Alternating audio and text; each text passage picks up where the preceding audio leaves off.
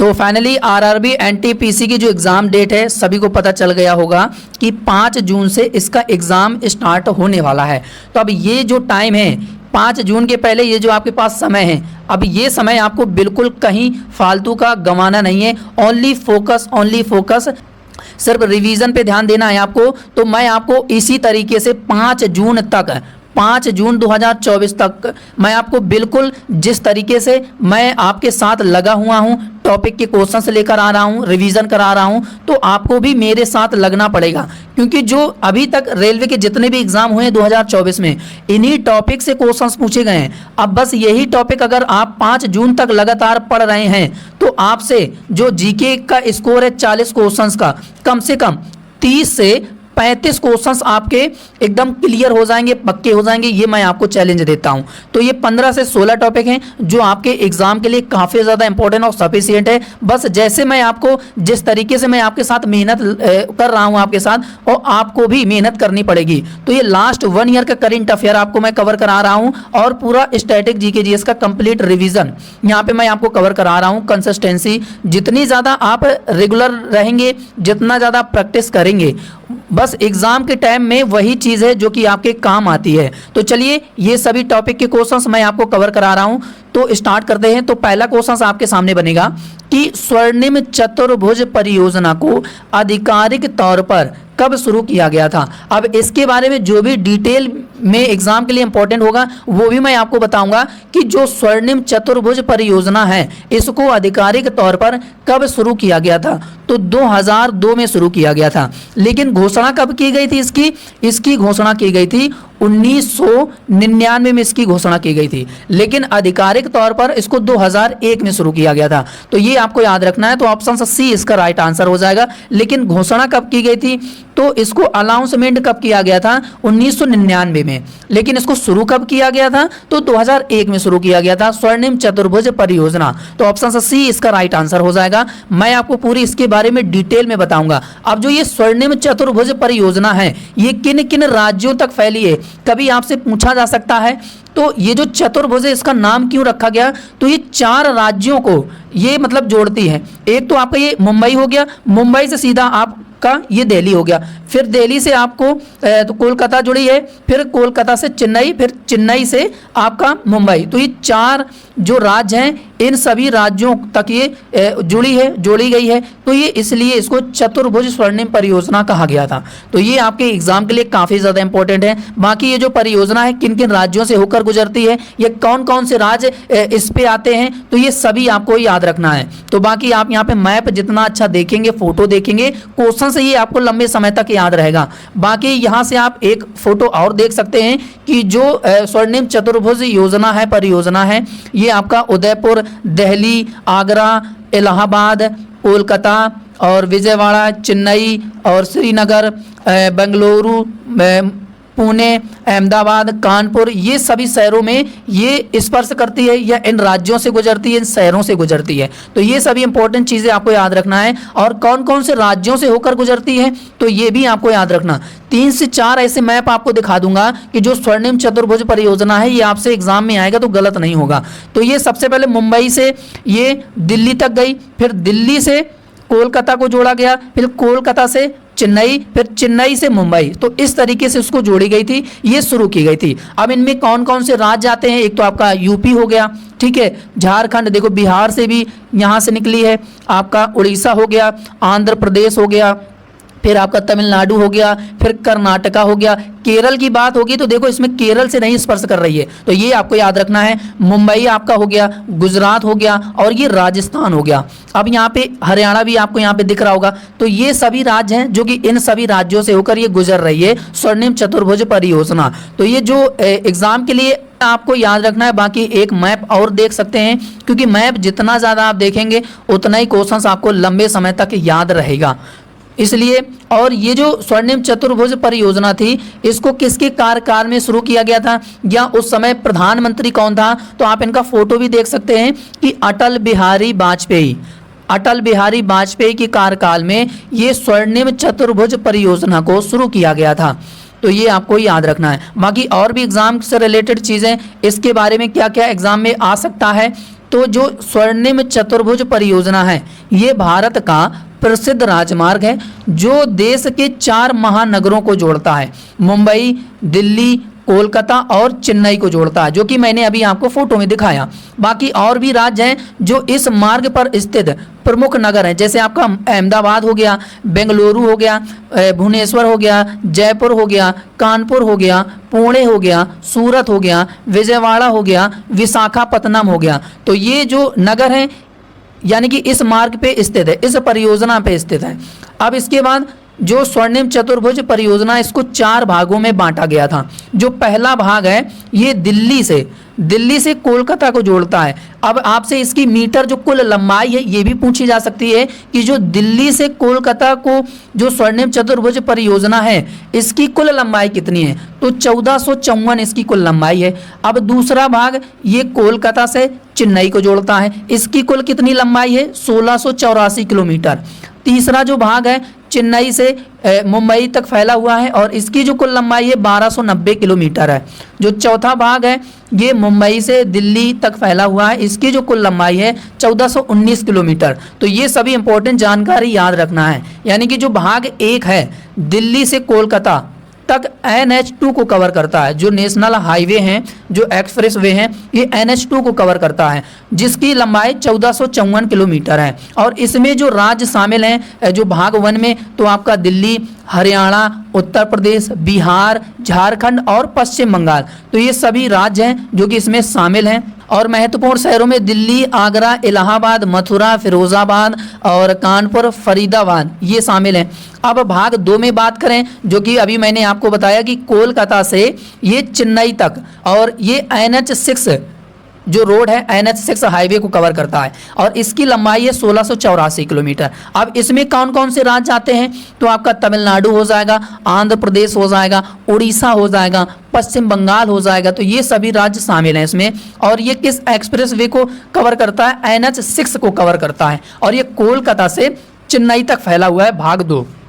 तो ये आपको याद रखना है। यहाँ पे भाग 3 की बात करें तो स्वर्णिम चतुर्भुज एक्सप्रेस का खंड 3 मुंबई से बेंगलुरु तक NH4 को कवर करता है और बेंगलुरु से तमिलनाडु में कृष्णागिरी तक NH7 और कृष्णागिरी से चेन्नई तक NH46 को कवर करता है। तो ये सभी आपको इंपॉर्टेंट चीज़ें याद रखना है। और इसकी कुल कितनी लंबाई है, कितने किलोमीटर है, तो 1290 किलोमीटर। इसमें तमिलनाडु, महाराष्ट्र, कर्नाटका और आपका आंध्र प्रदेश ये सभी राज्य इसमें शामिल हैं। अब भाग 4 में बात करें तो ये दिल्ली से किशनगढ़ NH79A, NH79, NH76 तथा NH8 को कवर करता है। ये जो एक्सप्रेस हैं, क्योंकि ये भी आपसे एग्जाम में पूछा जा सकता है और इसकी लंबाई भी पूछी जा सकती है, तो लंबाई भी याद रखना। अब इसमें कौन कौन से राज्य शामिल हैं, तो आपका राजस्थान हो गया, हरियाणा हो गया, महाराष्ट्र हो गया,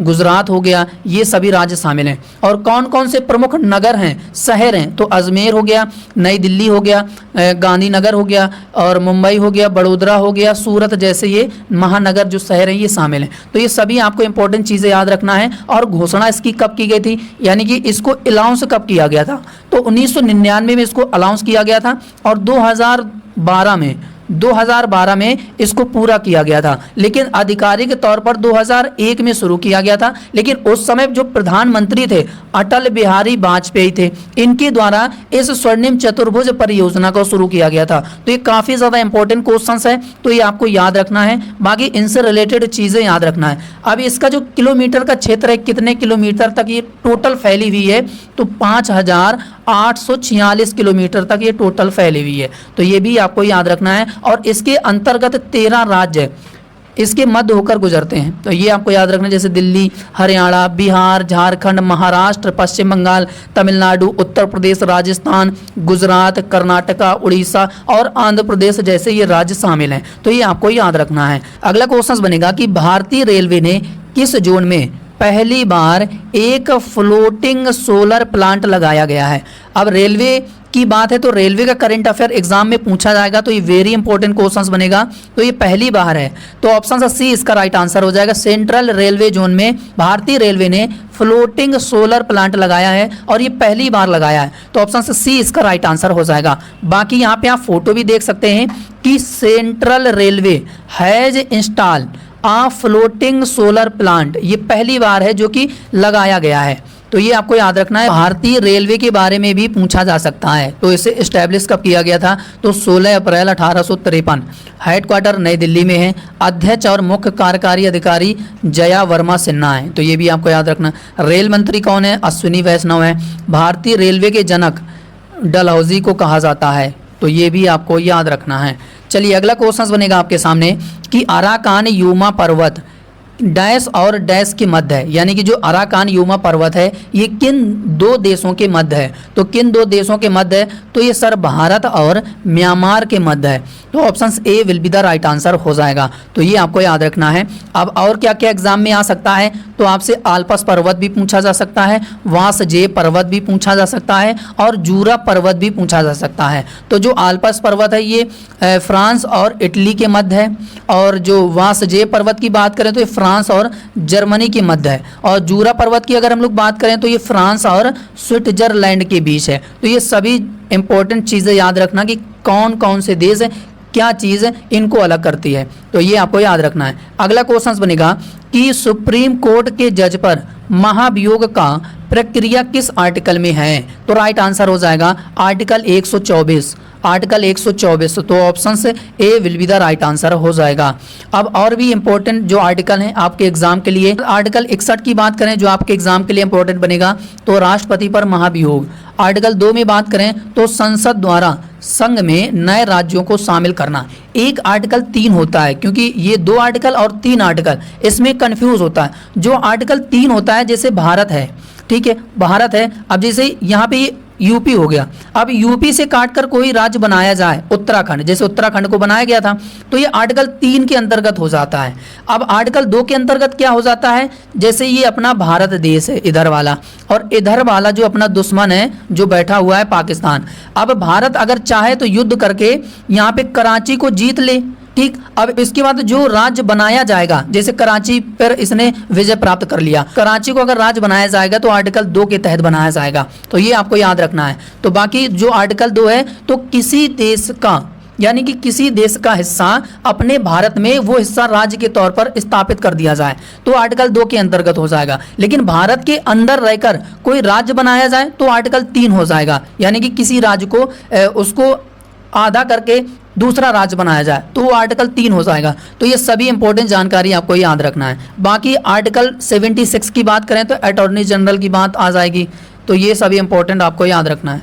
चलिए इसके बाद अगला क्वेश्चन बनेगा कि किस कंपनी को मिनी रत्न श्रेणी 1 का दर्जा प्रदान किया गया है, तो किस कंपनी को मिनी रत्न श्रेणी 1 का दर्जा प्रदान किया गया है, तो राइट आंसर हो जाएगा सेंट्रल इलेक्ट्रॉनिक्स लिमिटेड, यानी कि सेल को मिनी रत्न श्रेणी 1 का दर्जा दिया गया है। तो काफ़ी ज़्यादा इंपॉर्टेंट क्वेश्चन है, तो ऑप्शन बी इसका राइट आंसर हो जाएगा। तो ये है सेंट्रल इलेक्ट्रॉनिक्स लिमिटेड कंपनी, इसको क्या दिया गया है, मिनी रत्न श्रेणी 1 का दर्जा दिया गया है, मिनी रत्न का दर्जा दिया गया है। अब इसके बारे में आपसे पूछा जा सकता है कि इसका हेडक्वार्टर कहाँ पर है, न्यू दिल्ली में है। इस्टेब्लिश कब किया गया था, 1974 26 जून को, तो ये भी आपको जानकारी याद रखना है।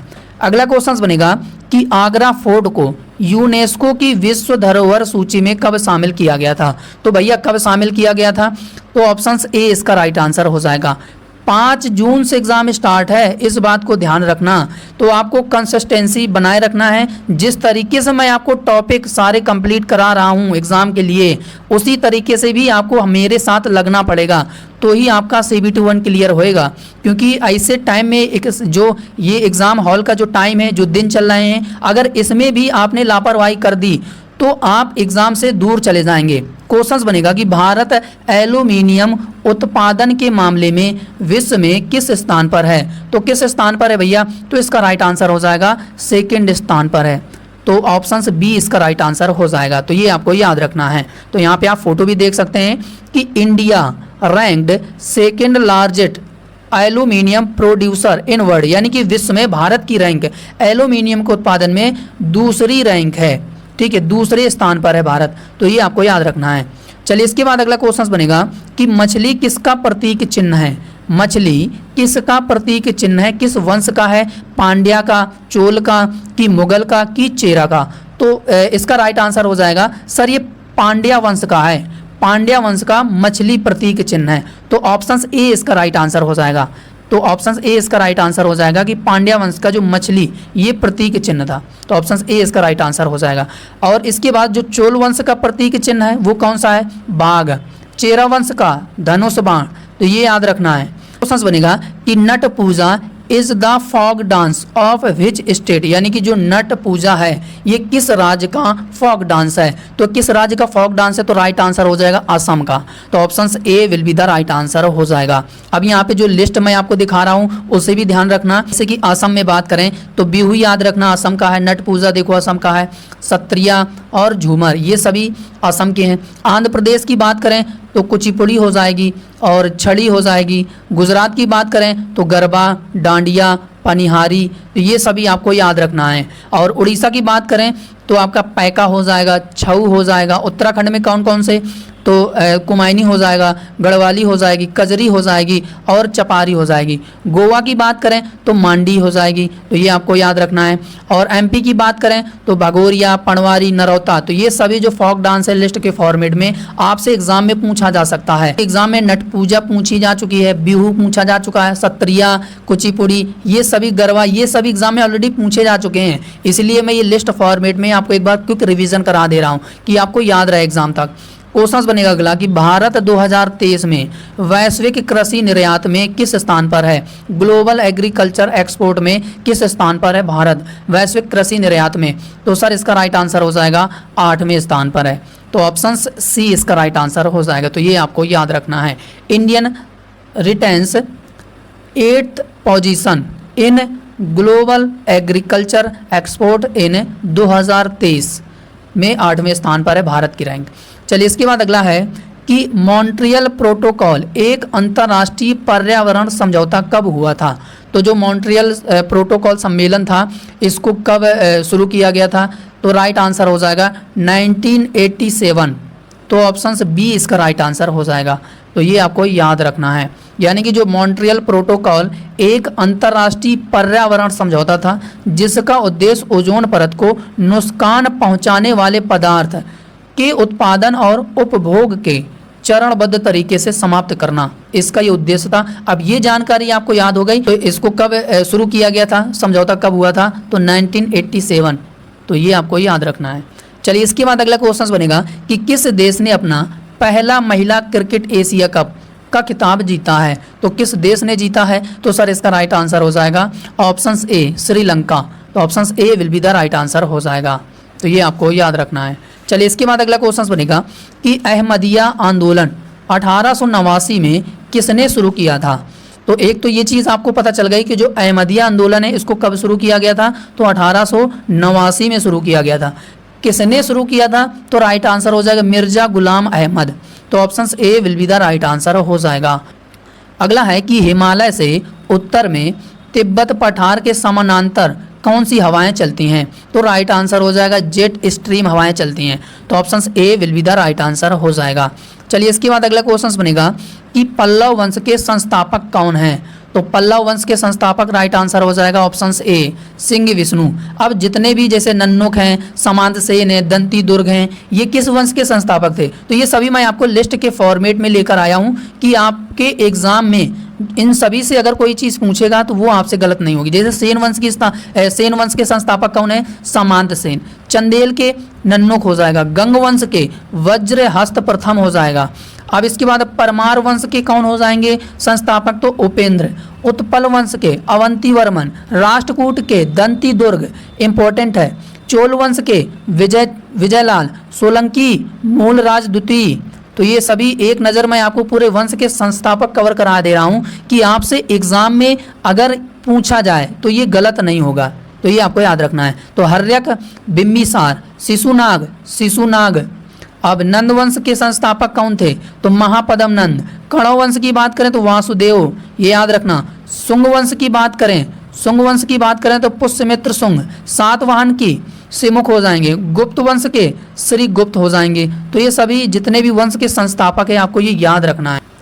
अगला क्वेश्चन बनेगा कि मनु भाकर और सरबजोत सिंह ने पेरिस ओलंपिक 2024 में 10 मीटर एयर पिस्टल मिश्रित टीम स्पर्धा में कौन सा पदक हासिल किया था?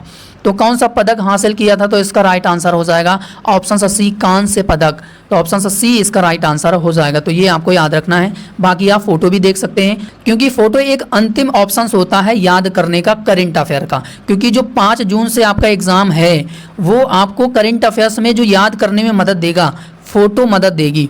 तो आपको फोटो ज़्यादा फोकस करना है। तो पेरिस ओलंपिक 2024 में जो सरबजोत हैं और मनु भाकर हैं, कौन सा पदक जीता है? ब्रोंज पदक जीता है। किस श्रेणी में जीता है? तो 10 मीटर एयर पिस्टल मिश्रित टीम में जीता है। तो ये आपको याद रखना है इस तरीके से। अब इसी तरीके का एक और क्वेश्चन आपके सामने कि पेरिस ओलंपिक 2024 के समापन समारोह के लिए भारत के ध्वजवाहक के रूप में महिलाओं में से किसे चुना गया था? तो ये वेरी इंपॉर्टेंट क्वेश्चन है। तो सर इसका राइट आंसर हो जाएगा मनु भाकर। अभी मैंने आपको बताया कि इसने कौन सा पदक जीता है? तो ब्रोंज मेडल जीता है। तो ये आपको याद रखना है। और इन्हीं को ही जब पेरिस ओलंपिक का समापन हुआ था उसमें भारत की तरफ से जो ध्वजवाहक थे वो महिलाओं में मनु भाकर को अपॉइंट किया गया था। तो ये काफ़ी ज़्यादा वेरी इंपॉर्टेंट क्वेश्चंस है। तो यहाँ पे आप इनका फोटो भी देख सकते हैं कि क्लोज सेरेमनी में जो फ्लैग बीयरर्स इंडिया की तरफ से मनु भाकर को अपॉइंट किया गया था। तो ये एग्जाम के लिए इंपॉर्टेंट है, याद रखना। क्वेश्चंस बनेगा कि भेल भारत हैवी इलेक्ट्रिकल्स लिमिटेड इसका फुल फॉर्म होता है। तो इसका मुख्यालय और स्थापना किस वर्ष की गई थी? तो किस वर्ष की गई थी? तो राइट आंसर हो जाएगा नई दिल्ली में इसका हेडक्वार्टर है और 1984 को इसकी स्थापना की गई थी। तो ऑप्शन बी इसका राइट आंसर हो जाएगा। क्वेश्चन बनेगा कि मरखा घाटी कहाँ पर स्थित है? तो मरखा घाटी की बात करें तो भैया ये लद्दाख में स्थित है। तो option A will be the right answer हो जाएगा। अगला क्वेश्चन बनेगा कि प्रधानमंत्री नरेंद्र मोदी ने किस राज्य सरकार की प्रमुख पहल सुभद्रा योजना को शुरू किया है? तो ये किस राज्य सरकार की प्रमुख पहल है सुभद्रा योजना, जिसको मोदी जी के द्वारा शुरू किया गया था? तो option D Orissa will be the right answer हो जाएगा। तो ये आपको याद रखना है। अगला क्वेश्चन बनेगा कि in which state is Panna national park located, यानी कि जो पन्ना नेशनल पार्क है ये किस राज्य में लोकेटेड है? तो ऑप्शन ए इसका राइट आंसर हो जाएगा, ये मध्य प्रदेश में है। तो option A will be the right answer हो जाएगा। अब आपसे गिर नेशनल पार्क की एग्जाम में पूछा जा सकता है, तो ये गुजरात में है। सरिस्का नेशनल पार्क ये राजस्थान में है। महावीर स्वामी नेशनल पार्क है ये गोवा और उत्तर प्रदेश, दोनों याद रखना। पेरियार नेशनल पार्क और साइलेंट वैली ये केरला राज्य में स्थित है। तो ये आपको याद रखना है। चलिए इसके बाद अगला है कि तटीय सीमा वाला सर्वाधिक राज्य कौन सा है? जो सबसे ज़्यादा तटीय सीमा से जो राज्य स्पर्श करता है तो कौन सा राज्य है? तो ऑप्शन बी इसका राइट आंसर हो जाएगा, गुजरात। अब मैं आपको मैप दिखा रहा हूँ तो मैप से आपको और अच्छे से समझ में आ जाएगा। तो यहाँ पे आप गुजरात देख पा रहे होंगे कि सबसे ज़्यादा जो तटीय सीमा स्पर्श कर रहा है वो गुजरात है। तो गुजरात इसका राइट आंसर हो जाएगा। अब कौन कौन से राज्य हैं जो तटीय सीमा से स्पर्श करते हैं? एक तो गुजरात हो गया, एक महाराष्ट्र हो गया, गोवा भी है, और आपका कर्नाटका हो गया, केरल हो गया, और तमिलनाडु हो गया, आंध्र प्रदेश हो गया, उड़ीसा हो गया, वेस्ट बंगाल हो गया। तो ये सभी राज्य हैं जो तटीय सीमा से अपना सीमा साझा करते हैं। तो ये आपको याद रखना है। चलिए इसके बाद अगला क्वेश्चन बनेगा कि पुरुष और महिला वर्ग में बैलन डी'ओर 2024 किसने जीता है? तो भैया किसने जीता है बैलन डी'ओर 2024 का खिताब पुरुष और महिला वर्ग में? तो यहाँ पे राइट आंसर हो जाएगा ऑप्शन सी, यानी कि रोड्री और एटाना बोनमती, यानी महिला में इनका नाम हो जाएगा और पुरुष में रोड्री का नाम हो जाएगा। तो ऑप्शन सी इसका राइट आंसर हो जाएगा। तो यहाँ पे आप इनका फोटो भी देख सकते हैं। अगला है कि एरोबिक श्वसन के लिए डैश की उपस्थिति की आवश्यकता होती है? तो राइट आंसर हो जाएगा ऑक्सीजन। तो option D will be the right answer हो जाएगा। चलिए इसके बाद अगला क्वेश्चन बनेगा कि डिफेंस सेक्रेटरी के रूप में किसे अपॉइंट किया गया है? नए रक्षा सचिव किसे अपॉइंट किया गया है? तो राजेश कुमार सिंह तो option D will be the right answer हो जाएगा। बाकी आप इनका यहाँ पे फ़ोटो भी देख सकते हैं। फ़ोटो में जो लिखा है उसे भी आप पढ़ें, क्योंकि एग्ज़ाम तक आपको याद फ़ोटो ही याद कराएगी। चलिए, इसके बाद अगला है कि पित्त के कार्य को डैश कहा जा सकता है। तो पित्त के कार्य को क्या कहा जाता है? तो पायसीकरण कहा जाता है। क्या कहा जाता है? पायसीकरण। तो ऑप्शन ए इसका राइट आंसर हो जाएगा। अगला है कि ड्यूमा बोको किस देश के नए राष्ट्रपति बन गए हैं? तो किस देश के बने हैं? तो भैया ये बोत्सवाना देश के बने। तो option C will be the right answer हो जाएगा। तो बोत्सवाना देश के ये कौन बन गए हैं? ये Duma Boko new president of Botswana. तो आप इनका यहाँ पे फ़ोटो देख सकते हैं। अब इसकी राजधानी और मुद्रा याद रखना। तो गैबोरिन इसकी राजधानी है और पूला यहाँ पे क्या है? मुद्रा है। चलिए, इसके बाद अगला है कि पेट की दीवार में मौजूद जठर ग्रंथि क्या उत्सर्जित करती है? तो क्या उत्सर्जित करती है? तो सर इसका राइट आंसर हो जाएगा, ये उत्सर्जित करती है लार, सलाइवा बनाती है। तो ऑप्शन ए इसका राइट आंसर हो जाएगा। तो ये आपके एग्जाम के लिए इंपॉर्टेंट बनेगा। चलिए, इसके बाद अगला है कि केंद्रीय गृह मंत्री अमित शाह ने कहाँ पर स्थित सराय काले खां चौक का नाम बदलकर भगवान बिरसा मुंडा चौक कर दिया गया है? तो राइट आंसर हो जाएगा ऑप्शन सी दिल्ली। तो दिल्ली में सराय काले खान चौक था, अब इसका नाम बदलकर बिरसा मुंडा चौक कर दिया गया। तो option C will be the right answer हो जाएगा। इमेज भी आप देख सकते हैं। अगला है कि कौन सा एंजाइम अग्नाशय द्वारा स्रावित होता है? तो कौन सा एंजाइम है भैया जो कि अग्नाशय द्वारा स्रावित होता है? तो राइट आंसर हो जाएगा ट्रिप्सिन। तो ऑप्शन सी इसका राइट आंसर हो जाएगा। जो साइंस का रोल है आपके किसी न किसी शिफ्ट में, पिछले साल की मैं बात बता रहा हूँ कि 9 क्वेश्चंस पूछे गए थे, किसी में 10 पूछे गए थे, किसी में 8 पूछे गए थे। तो इस तरीके से क्वेश्चंस पूछे गए थे। तो साइंस भी आपको मजबूत करना है अंतिम दिनों में। तो ऑप्शन सी इसका राइट आंसर हो जाएगा। चलिए, इसके बाद अगला क्वेश्चन बनेगा कि टर्नर प्राइज 2024 किसे सम्मानित किया गया है? तो ये जो टर्नर पुरस्कार है ये किसको प्रदान किया गया है? तो ये जसलीन कौर को प्रदान किया गया है। तो option D will be the right answer हो जाएगा। तो यहाँ पे आप इनका फ़ोटो भी देख सकते हैं। बाकी artist Jasleen Kaur, wins Turner Prize 2024 alter के लिए इनको दिया गया था। अल्टर के लिए इनको दिया गया है। ठीक है। अगला है कि छोटी आंत में विलाई के कार्य से संबंधित कौन सा विकल्प सही है? तो सबसे पहले आप ये देखिए कि जो विलाई है ये कहाँ पर होती है? होती तो ये छोटी आंत में होती है, लेकिन ये किस तरीके से होती है, किस संरचना आधारित होती है? तो जैसे ये हो गया आपकी छोटी आंत, ठीक। अब यहाँ से ये हो जाएगी बड़ी आंत। तो जो फिंगर नुमा आकृति होती है छोटी आंत में, जो फिंगर नुमा आकृति होती है छोटी आंत में, ये फिंगर नुमा, तो इसको ही हम लोग विलाई कहते हैं। क्या कहते हैं? विलाई कहते हैं। और ये कहाँ पर मौजूद होती है? ये छोटी आंत में होती है। फिंगर नुमा संरचना की आकृति होती है विलाई की। तो इसका जो संबंधित है, कौन सा विकल्प इसके बारे में सही संबंधित बता रहा है? तो सर इसका राइट आंसर हो जाएगा, ये अवशोषण सतह क्षेत्र को बढ़ाता है। यानी कि इस तरीके से जैसे हम लोगों ने भोजन ग्रहण किया तो सबसे पहले मुंह में आया, मुख में आया, फिर इसके बाद ग्रास नली में आया, फिर स्टमक में आया, फिर इसके बाद छोटी आंत में गया। छोटी आंत में जो भोजन ऑब्जर्व होता है, यानी कि जो पचता है और शरीर में हर जगह पहुंचता है, तो जो विलाई का काम है वही इसी का काम होता है। विलाई यही काम करती है उसमें, ठीक है। तो भोजन को पचाना, अवशोषण क्षेत्र सतह को बढ़ाना, तो इस तरीके से ये विलाई का काम होता है। तो ऑप्शन सी इसका राइट आंसर हो जाएगा। बाकी याद रखना, क्योंकि एग्जाम में ऑलरेडी पूछा जा चुका है, प्रीवियस क्वेश्चन है ये। और यहाँ पे जो विलाई है उंगली नुमा संरचना पाई जाती है, ठीक है, फिंगर नुमा संरचना पाई जाती है, ये है विलाई। अब इसका काम क्या होता है? तो ये जो भोजन आता है छोटी आंत में उसको ऑब्जर्व करने का काम करती है ये। तो बाकी इसका ये कार्य भी याद रखना। तो यहाँ पे और भी इंपॉर्टेंट चीज़ें इसके बारे में देख सकते हैं। छोटी आंत में विलाई का मुख्य कार्य पचे हुए भोजन के अवशोषण के लिए आंत की सतह को बढ़ाना।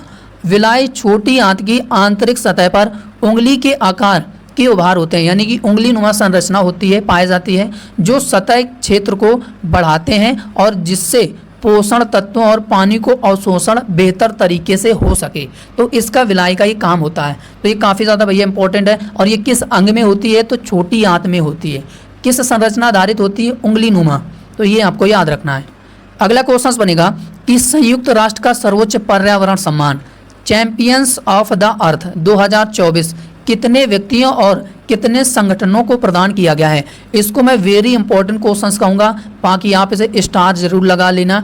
तो जो इस तरीके से जो अब लेटेस्ट पैटर्न के आधार पर रेलवे के एग्जाम में क्वेश्चंस पूछे जाते हैं अवार्ड वाले, वो ये पूछे जाते हैं कि कितने लोगों को कितना पुरस्कार दिया गया, कितने लोगों को कौन सा पुरस्कार दिया गया, इस तरीके से पूछे जाते हैं। तो जिस हिसाब से ALP, JE technician, RPF constable और RPF SI में ऐसे क्वेश्चंस पूछे गए थे, क्योंकि TCS पेपर एग्जाम करवाएगी NTPC का, तो जिस हिसाब से रेलवे के एग्जाम में क्वेश्चंस बन चुका है, पैटर्न बन चुका है, तो NTPC में भी वह पैटर्न फॉलो होगा। तो ये कितने व्यक्तियों और संगठनों को चैंपियंस ऑफ द अर्थ 2024 पुरस्कार प्रदान किया गया है? तो कितने व्यक्तियों और संगठनों को प्रदान किया गया है? तो ऑप्शन ए इसका राइट आंसर हो जाएगा। टोटल 6 लोगों को, तो option A will be the right answer हो जाएगा।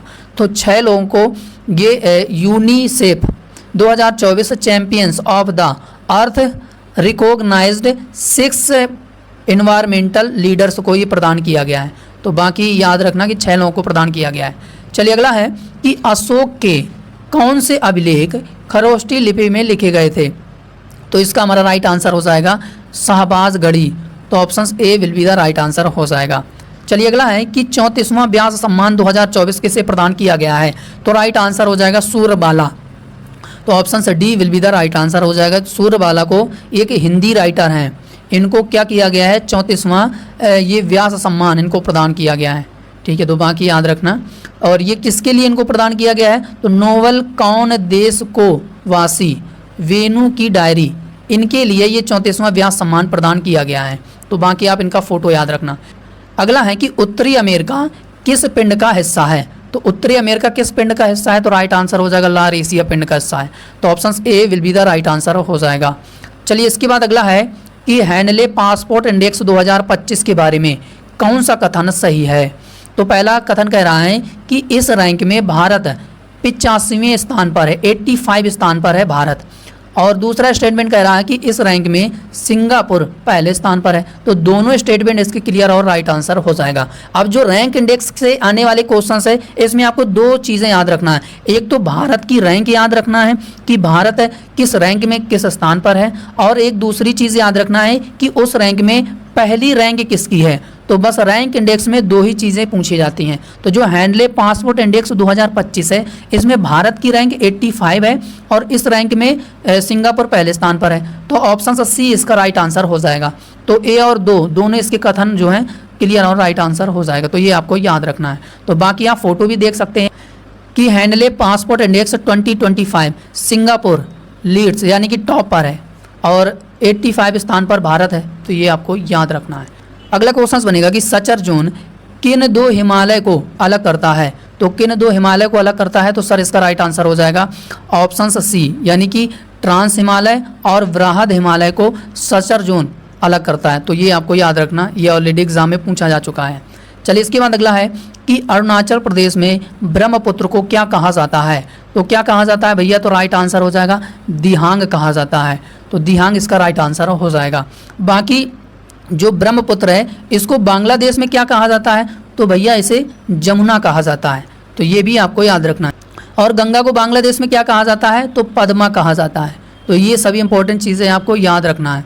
चलिए इसके बाद अगला क्वेश्चन बनेगा कि PhD chamber of commerce and industry के अनुसार भारत 2026 तक किस देश को पछाड़कर दुनिया की चौथी सबसे बड़ी अर्थव्यवस्था बन जाएगा? वेरी इंपॉर्टेंट क्वेश्चन बनेगा।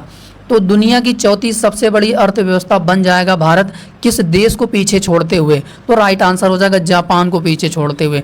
किस रैंक में ये बताया गया? PhD chamber of commerce industry की रिपोर्ट के अनुसार भारत 2026 तक जापान को पीछे छोड़ते हुए दुनिया की चौथी सबसे बड़ी अर्थव्यवस्था बन जाएगा। तो ऑप्शन से D will be the right answer हो जाएगा। बाकी यहाँ पे फोटो भी देख सकते हैं कि India set to surpass Japan as world 4th largest economy by 2026 है।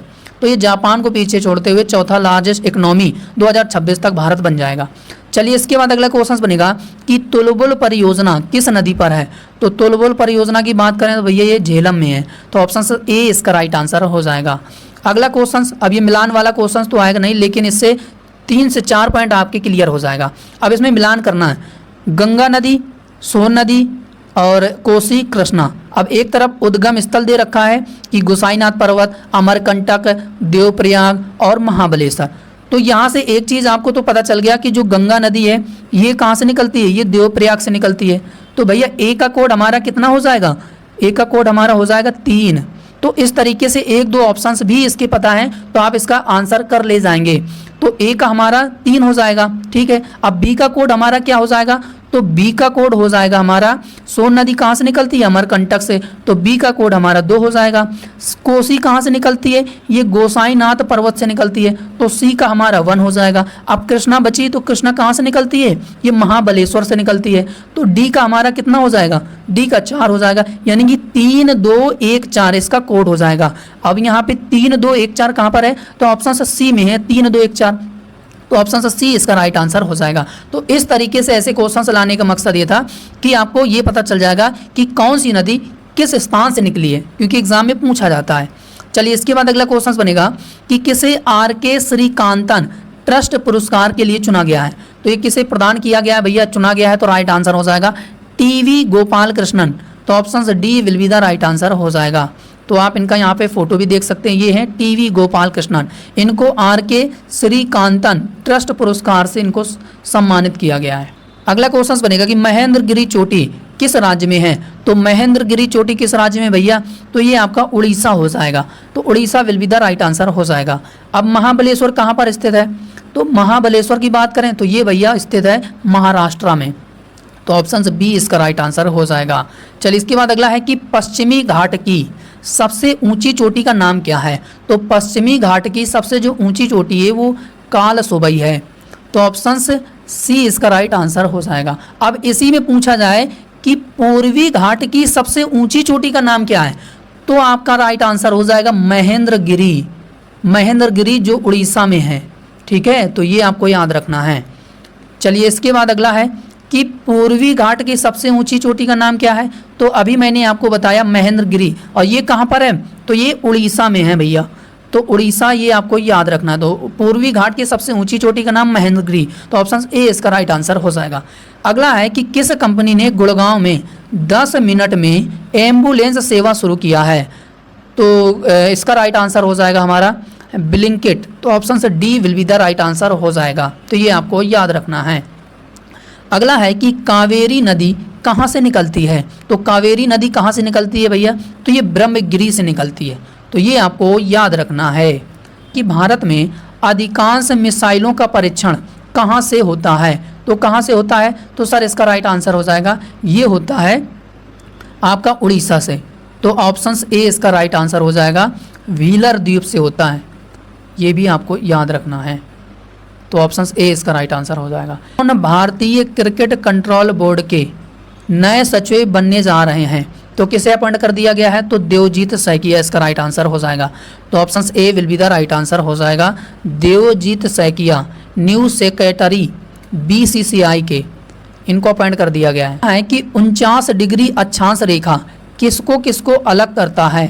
तो राइट आंसर हो जाएगा ये अमेरिका यानी कि यूएसए और कनाडा को।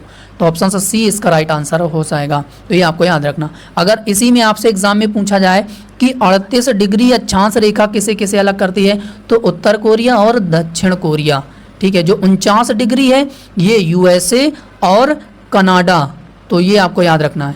चलिए इसके बाद अगला है कि द वर्ल्ड आफ्टर गाजा नाम की पुस्तक को किसके द्वारा लिखा गया है। तो राइट आंसर हो जाएगा पंकज मिश्रा। पंकज मिश्रा, तो ऑप्शन सी इसका राइट आंसर हो जाएगा।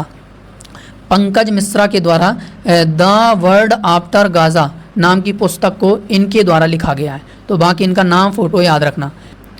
अगला है कि हाल ही में किस देश ने WHO से खुद को हटा लिया है। तो कौन सा देश है जिसने WHO से अपने आप को खुद से हटा लिया है। तो राइट आंसर हो जाएगा इसका हमारा संयुक्त राज्य अमेरिका। संयुक्त राज्य अमेरिका, वेरी इंपॉर्टेंट क्वेश्चन है ये, क्योंकि WHO से हटना यानी कि एग्जाम के लिए इंपॉर्टेंट बनेगा वो देश। तो कौन सा देश हटा है, तो संयुक्त राज्य अमेरिका हटा है। तो आप यहाँ पे फोटो देख सकते हैं कि ट्रंप विथड्रा फ्रॉम WHO से अपने आप को खुद से हटा लिया है। तो एग्जाम के लिए इंपॉर्टेंट है। अगला है कि राष्ट्रीय नौका रेस कहाँ आयोजित किया जाता है या कहाँ इसका आयोजन होता है? तो राइट आंसर हो जाएगा केरला। तो option A will be the right answer हो जाएगा। चलिए अगला क्वेश्चन बनेगा कि 38वें राष्ट्रीय खेल यानी कि नेशनल गेम्स के बारे में कौन सा कथन सही है? तो भैया कौन सा कथन सही है? तो पहला कथन कह रहा है कि उत्तराखंड में 28 जनवरी से 14 फरवरी 2025 तक इसका आयोजन किया गया था। दूसरा कह रहा है कि 38वें राष्ट्रीय खेलों का जो मस्कट है वो मौली है। तो दोनों स्टेटमेंट इसके क्लियर और राइट आंसर हो जाएगा। तो ये अपने आप में इंपॉर्टेंट क्वेश्चन है क्योंकि जो 38वां राष्ट्रीय खेल है इसका आयोजन कहाँ पर किया गया है? तो उत्तराखंड में इसका आयोजन किया गया, उत्तराखंड के देहरादून में। ये याद रखना, इसका मस्कट क्या है? तो मौली है। तो दोनों स्टेटमेंट इसके क्लियर और राइट आंसर हो जाएगा। तो एक और दोनों स्टेटमेंट इसका राइट आंसर हो जाएगा। तो ऑप्शन से बी इसका राइट आंसर होगा। ठीक है, तो ये आपको याद रखना है कि जो 38वां नेशनल गेम्स है ये उत्तराखंड में इसका आयोजन किया गया 28 जनवरी से 14 फरवरी 2025 तक। और मौली यहाँ पे आप मस्कट देख पा रहे होंगे। ठीक है, चलिए इसके बाद अगला है कि दो अक्षांशों के बीच की दूरी कितने किलोमीटर है? तो 111 किलोमीटर है। तो ऑप्शन ए इसका राइट आंसर हो जाएगा। चलिए इसके बाद अगला है कि विश्व सामाजिक न्याय दिवस कब मनाया जाता है? World day of social justice प्रतिवर्ष कब मनाया जाता है? तो सर ये मनाया जाता है ऑप्शन सी इसका राइट आंसर हो जाएगा 20 फरवरी को। तो ये आपको याद रखना है, विश्व सामाजिक न्याय दिवस 20 फरवरी को मनाया जाता है। चलिए इसके बाद अगला है कि अक्षांश रेखा किसका निर्धारण करती है? तो राइट आंसर हो जाए ये ताप विभाजक को निर्धारण करती है। तो option A will be the right answer हो जाएगा। चलिए इसके बाद अगला है कि इंटरनेशनल मदर लैंग्वेज डे मातृभाषा दिवस कब मनाया जाता है प्रतिवर्ष? तो राइट आंसर हो जाएगा सर ये मनाया जाता है 21 फरवरी को। तो ऑप्शन से बी इसका राइट आंसर हो जाएगा। चलिए इसके बाद अगला है कि देशांतर अक्षांश रेखा किसका निर्धारण करती है? तो ये समय का निर्धारण करती है। तो ये आपको याद रखना है। ठीक है, तो ऑप्शन बी इसका राइट आंसर हो जाएगा। अगला है कि अरुणाचल प्रदेश अपना स्थापना दिवस फाउंडेशन डे कब प्रतिवर्ष मनाता है? तो कब मनाता है भैया? तो राइट आंसर हो जाएगा 20 फरवरी। तो ऑप्शन से बी इसका राइट आंसर हो जाएगा। 20 फरवरी बी ऑप्शन से इसका राइट आंसर हो जाएगा। चलिए इसके बाद अगला है कि कौन सा देश भूमि बंधित देश नहीं है? तो कौन सा देश है जो कि भूमि बंधित देश नहीं है? यानी कि इसका मतलब कि वो देश जिसकी तरफ पानी नहीं होना चाहिए, वो पूरी तरीके से ज़मीन से घिरा होना चाहिए। तो अब इसमें पूछ रहा है कि भूमि बंधित देश नहीं है। तो भैया ये भारत नहीं है। तो भारत भूमि बंधित देश कहाँ है? उसके चारों तरफ पानी नहीं है। जैसे गुजरात को देख लो कि सबसे ज़्यादा सीमा साझा कर रहा है तटीय क्षेत्र से, तो भारत नहीं होएगा। बाकी अफगानिस्तान, उज्बेकिस्तान, नेपाल ये सब क्या हो जाएगा? भूमि बंधित देश हो जाएगा। तो ये आपको याद रखना है। तो भूमि बंधित देश कौन कौन से? अफगानिस्तान हो जाएगा, उज्बेकिस्तान और नेपाल। भारत नहीं है। तो भारत इसका राइट आंसर हो जाएगा। तो option A will be the right answer हो जाएगा। अगला है कि दिल्ली का नया मुख्यमंत्री किसे अपॉइंट किया गया है? तो भैया किसे बनाया गया है दिल्ली का मुख्यमंत्री? तो आप सभी को पता होगा, रेखा गुप्ता। जिसको नहीं पता है वो याद रख लेना। तो ऑप्शन से सी इसका राइट आंसर हो जाएगा, रेखा गुप्ता, नेक्स्ट दिल्ली सीएम। अगला है कि प्रधानमंत्री नरेंद्र मोदी का प्रधान सचिव 2 किसे अपॉइंट किया गया है? Very important. तो प्रधान सचिव 2 प्रिंसिपल सेक्रेटरी 2 प्रधानमंत्री मोदी जी का किसे अपॉइंट कर दिया गया है? तो शशिकांत दास। तो ऑप्शन से डी इसका राइट आंसर हो जाएगा। तो ये याद रखना। अगला है कि विश्व का सर्वाधिक जलयान बनाने वाला देश कौन सा है? तो राइट आंसर हो जाएगा आपका ऑप्शन से बी, जापान इसका राइट आंसर हो जाएगा। चलिए अगला है कि 1 रुपए के नोट पर किसके हस्ताक्षर होते हैं? तो किसके होते हैं भैया? तो वित्त सचिव इसका राइट आंसर हो जाएगा। तो ऑप्शन ए इसका राइट आंसर हो जाएगा। चलिए अगला है कि किस भारतीय महिला को time magazine women of the year 2025 सूची में शामिल किया गया है? तो किस भारतीय महिला को शामिल किया गया है? Purnima Devi Barman will be the right answer हो जाएगा। तो ऑप्शन से डी इसका राइट आंसर हो जाएगा। इसको time women of the year 2025 सूची में शामिल किया गया है। तो बाकी ये याद रखना, ठीक है। चलिए अगला है कि कौन सबसे तेज 14,000 वनडे रन बनाने वाले बल्लेबाज बन गए हैं? तो कौन बने हैं भैया? तो विराट तो option C Virat, king Virat, तो ऑप्शन सी इसका राइट आंसर हो जाएगा। कोहली ओवरटेक, मतलब कि जो सचिन तेंदुलकर जी हैं इनको पीछे छोड़ते हुए फास्टेस्ट 14,000 रन ओडीआई में इन्होंने सबसे ज़्यादा बनाए, तो ये आपको याद रखना है। अगला है कि किसने वर्ष 2025 एशियाई स्नूकर चैंपियनशिप पुरुष का खिताब जीता है, तो ये पंकज अडवाणी ने जीता है, तो option A will be the right answer हो जाएगा। इमेज भी आप देख सकते हैं यहाँ पे इनका, Pankaj Advani wins national billiards title for 36 time, यानी कि 36 बार जीता है इन्होंने, 36वीं बार जीता है, तो ये आपको याद रखना है। तो भैया ये रहे 15 से 16 ऐसे टॉपिक जो आपके एनटीपीसी एग्ज़ाम 2025 के लिए सफिशिएंट है। और इसी तरीके से 5 जून 2025 तक मैं आपको लगातार ऐसे टॉपिक के क्वेश्चंस लगातार लास्ट 1 ईयर का करंट अफेयर कवर कराता रहूँगा। बाकी जो लोग चैनल में पहली बार जुड़े हैं वो लोग चैनल को सब्सक्राइब करके ज़रूर जाइएगा, और सभी लोग अपना फीडबैक ज़रूर दे के जाइएगा, लाइक शेयर कमेंट और साथ ही साथ सब्सक्राइब करके। तो जो लोग पहली बार जुड़े हैं तो वो लोग चैनल को प्लीज़ सब्सक्राइब करके जरूर जाइएगा, तो अपना फीडबैक जरूर देकर जाना, क्योंकि 5 जून से जो आपका एग्ज़ाम है एनटीपीसी का, और यही ऐसा दिन है, यही ऐसे टाइम बचे हैं जो आपको सिर्फ क्या करना है, सिर्फ सीधा रिवीजन करना है, रिवीजन ओनली रिवीजन, बस फोकस करना है ऐसे क्वेश्चंस पर। और ऐसे क्वेश्चंस आपको मैं कवर करा रहा हूँ, और जिस हिसाब से टीसीएस ने 2024 में या उसके पहले जैसे क्वेश्चंस पूछे गए हैं, करंट अफेयर्स के हों या फिर स्टैटिक जीके जीएस के हों, जिस टॉपिक से क्वेश्चंस पूछे गए हैं, बस अगर आपने अंतिम दिन में वो टॉपिक पढ़कर जा रहे हैं तो आपका CBT 1 क्लियर हो जाएगा एनटीपीसी एग्ज़ाम 2025 का, ये मेरा दावा है। बाकी जैसे मैं आपके साथ मेहनत लगा हूँ, मेहनत से कंटेंट बनाकर टॉपिक के क्वेश्चंस कवर करा रहा हूँ एग्ज़ाम के लिए, वैसे मेरे साथ आपको भी मेहनत करनी पड़ेगी। तो बाकी आज के लिए इतना ही, मिलते हैं अगले वीडियो पर, तब तक के लिए जय हिंद, जय भारत, वंदे मातरम।